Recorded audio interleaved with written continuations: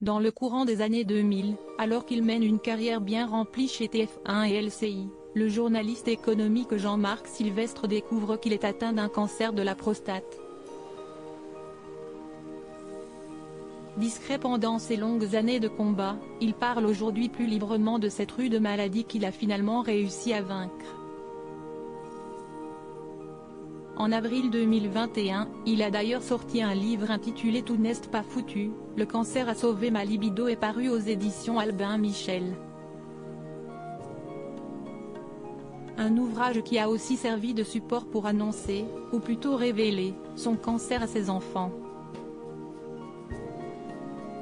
Invité dans l'émission Chez Jordan ce mardi 14 mars 2023, Jean-Marc Sylvestre est longuement revenu sur le cancer qu'il a dû combattre par le passé.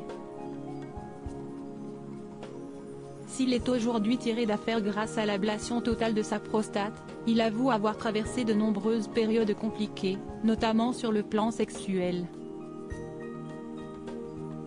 Heureusement, pour surmonter cette épreuve, il a pu compter sur le soutien de son épouse, dont on ne sait rien. Mais ses enfants, dont on ne sait rien non plus, si ce n'est qu'il a un fils prénommé Arthur et passionné de course automobile, sont quant à eux restés dans l'ignorance pendant très longtemps.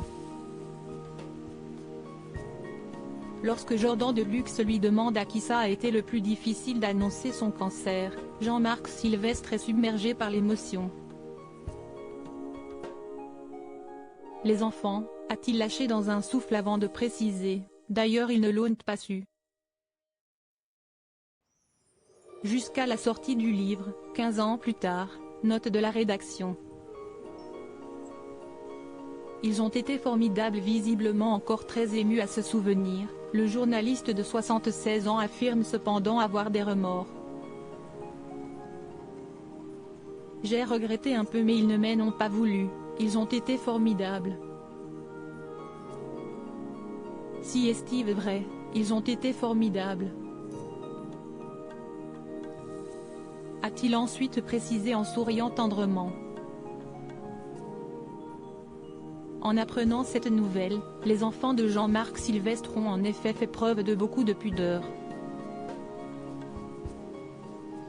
Ils m'ont téléphoné et m'ont embrassé. Rien de plus. Vous savez quand on aime on ne dit rien, on est pudique, a-t-il conclu. Heureusement, tout est bien qui finit bien.